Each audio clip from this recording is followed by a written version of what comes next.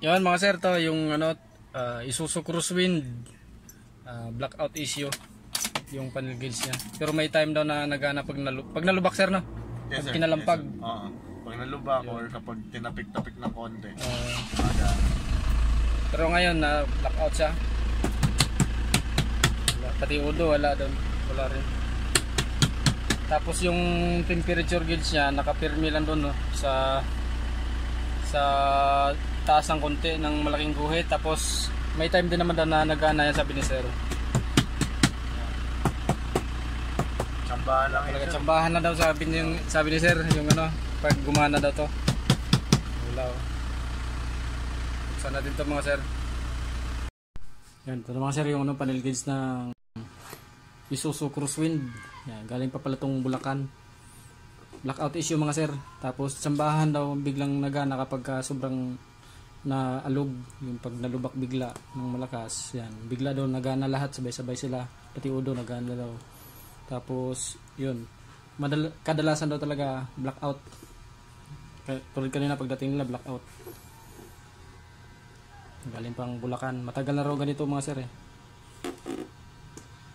Buksan natin mga sir para ma-repair na.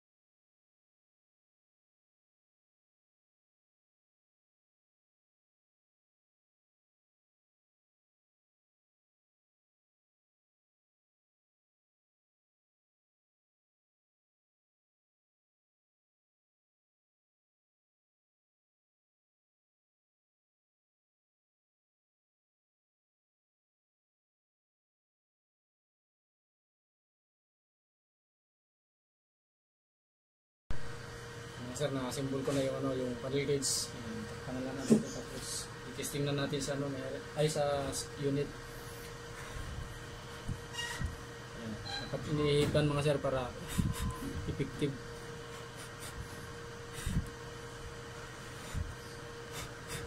Para epektibo yung pagtawas. Kailangan inihipan.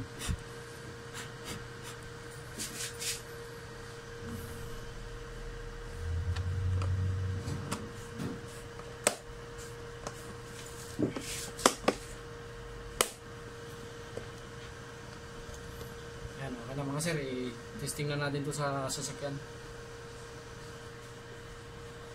Pag may mga ganyan repair natin.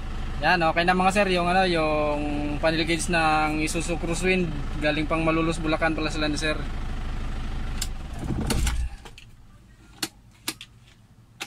Yan, yung udo gano'n na, tapos yung fuel at temperature okay na rin.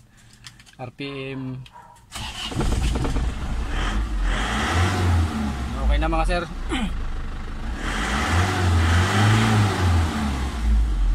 Na, sulit naman yung punta nila ni sir kahit malayo. Malulus Bulacan pa galing eh. Sayang naman kung hindi natin mapagana, no?